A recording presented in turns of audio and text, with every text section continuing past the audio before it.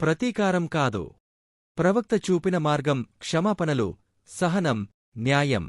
నేటి ఆధునిక ప్రపంచంలో అధికార కాంక్ష, ద్వేషం, ప్రతీకారేచ్ఛలు పెరిగిపోతున్నాయి. అన్యాయం జరిగినప్పుడు దానికి ప్రతిస్పందన హింస మాత్రమే అని కొందరు భావిస్తున్నారు. డిజిటల్ మాధ్యమాలు ఈ వినాశకర ఆలోచనలను మరింత వేగంగా వ్యాప్తి చేస్తున్నాయి. ఈ క్రమంలో అసలైన న్యాయం అంటే ఏమిటి? ప్రతీకారం కంటే న్యాయం ఎలా భిన్నమైనది?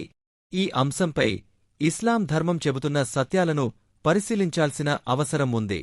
చారిత్రక నేపథ్యం: ఇస్లాం ఆవిర్భవించిన కాలంలో అరబ్ సమాజం చిన్నపాటి కారణాలకే తరతరాలపాటు యుద్ధాలు చేసుకునేది. ఒక ఒంటె విషయంలో మొదలైన గొడవ వేలాది మంది ప్రాణాలను బలిగొనే హింసా సంస్కృతి అది. అటువంటికైన పరిస్థితుల్లో శాంతిని నెలకొల్పడానికి ప్రవక్త ముహమ్మద్ ఎన్నో త్యాగాలు చేశారు.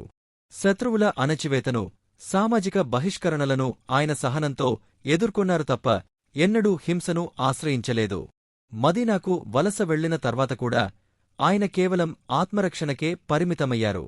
క్షమాగుణమే విజయం. మక్కా విజయ సందర్భంలో తన రక్తం కోసం దాహం వేసిన శత్రువులను కూడా ఆయన మన్నించారు.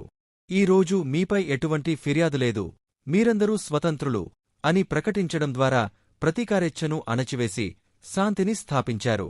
ఇది కేవలం సైనిక విజయం కాదు, మానవతా దృక్పథం సాధించిన నైతిక విజయం. అంతిమయాత్ర ఉపన్యాసం న్యాయానికి దిక్సూచి. ప్రవక్త తన చివరి ఉపన్యాసంలో జాతి, కుల, వర్ణ వివక్షలను పూర్తిగా వ్యతిరేకించారు. అరబ్బుకు అరబ్బేతరుడిపై, నల్లవాడికి ఎర్రవాడిపై ఎటువంటి ఆధిక్యత లేదు, మీరందరూ ఆదం సంతానం అని ప్రకటించారు. ఒకరి ఆస్తి, గౌరవం, ప్రాణం మరొకరికి పవిత్రమైనవని, వాటిని హరించడం నేరమని స్పష్టం చేశారు. స్వయంగా తన బంధువుల రక్తపాత వివాదాలను, వడ్డీ వ్యాపారాలను రద్దు చేస్తూ ఆదర్శంగా నిలిచారు. మార్గం మరియు గమ్యం: ఇస్లాం కేవలం మంచి ఫలితాన్ని మాత్రమే కాదు, ఆ ఫలితాన్ని సాధించే మార్గం కూడా పవిత్రంగా ఉండాలని కోరుతుంది. విజయం కోసం అడ్డదారులు తొక్కడం, హింసకు పాల్పడటం జంతు లక్షణమని బోధిస్తుంది. ఖురాన్ ప్రకారం న్యాయం అనేది ఒక అనివార్య బాధ్యత. అది మీకు వ్యతిరేకమైనా, మీ బంధువులకు వ్యతిరేకమైనా సరే న్యాయం వైపే నిలబడాలని ఖురాన్ 4:1-3-5 ఆదేశిస్తోంది. ఆధునిక కాలంలో వర్తింపు: నేటి ప్రజాస్వామ్య వ్యవస్థలో చట్టం, న్యాయస్థానాలు, మీడియా వంటి వేదికలు ఉన్నాయి. అన్యాయం జరిగినప్పుడు చట్టబద్ధమైన మరియు నైతిక మార్గాల ద్వారానే పోరాటం చేయాలని ఇస్లాం సూచిస్తుంది. అమాయకులను హింసించడం, ఆస్తులను ధ్వంసం చేయడం లేదా సామాజిక ఒప్పందాలను ఉల్లంఘించడం ఇస్లాం దృష్టిలో నిషిద్ధం, హరాం. యుద్ధ సమయంలో కూడా పంటలను, ప్రార్థనా స్థలాలను నాశనం చేయకూడదనే కైన నియమాలను ప్రవక్త విధించారు. ముగింపుగా, నిజమైన శక్తివంతుడు అంటే పక్కవాడిని ఓడించేవాడు కాదు, తన కోపాన్ని నియంత్రించుకునేవాడు.